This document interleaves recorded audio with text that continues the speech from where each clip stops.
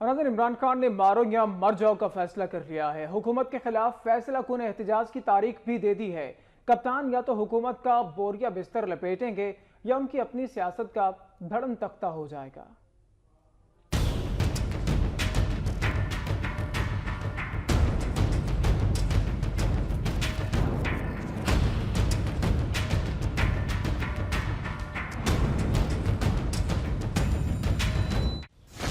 2 نومبر کو اسلام آباد میں کیا ہوگا؟ کیا تحریک انصاف گزشتہ 2 سال پرانی تاریخ دہرا کر ایک بار پھر طویل دھرنا دینے کی تیاری کر رہی ہے؟ یا اس بار حکمت عملی تبدیل کی جائے گی؟ یہ ہیں وہ سوالات جو سب کی زبان پر ہیں، لیکن ان کے جوابات شاید پی ٹی آئی قیادت کے پاس بھی نہیں ہے۔ لیکن اتنا ضرور ہے کہ اس بار ایک جگہ جمع ہونے کی بجائے اسلام آباد کی اہم شاہراہوں پر دھرنے دینے کی پلاننگ ہو رہی ہے، تاکہ معمولات زندگی بری طرح متاثر ہوں اور تمام پریشر حکومت پر آئے۔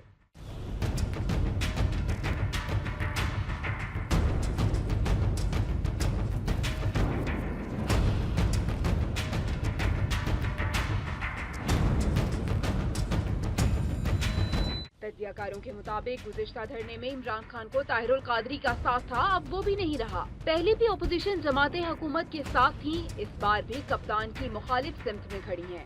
عمران خان نے انتخابات سے 1.5 سال قبل دھرنے کا فیصلہ کر کے سیاسی کیریئر کا سب سے بڑا جوا کھیلا ہے۔ عمران خان اگر اپنے مقصد میں ناکام رہے تو اگلے عام انتخابات میں وہ عوام سے کسی معجزے کی توقع نہ رکھیں، جبکہ کامیابی کے لیے انہیں بڑی تعداد میں کارکن اسلام آباد میں اکٹھے کرنا پڑیں گے، جس سے واقعی حکومت پر دباؤ بڑھ سکے۔ کپتان کا امتحان صرف ایک روز کا نہیں، انہیں اپنے کھلاڑیوں کو زیادہ عرصے تک اسلام آباد میں روکنا ہوگا، جبکہ راستے بند ہونے پر شہریوں کا غصہ بھی برداشت کرنا ہوگا۔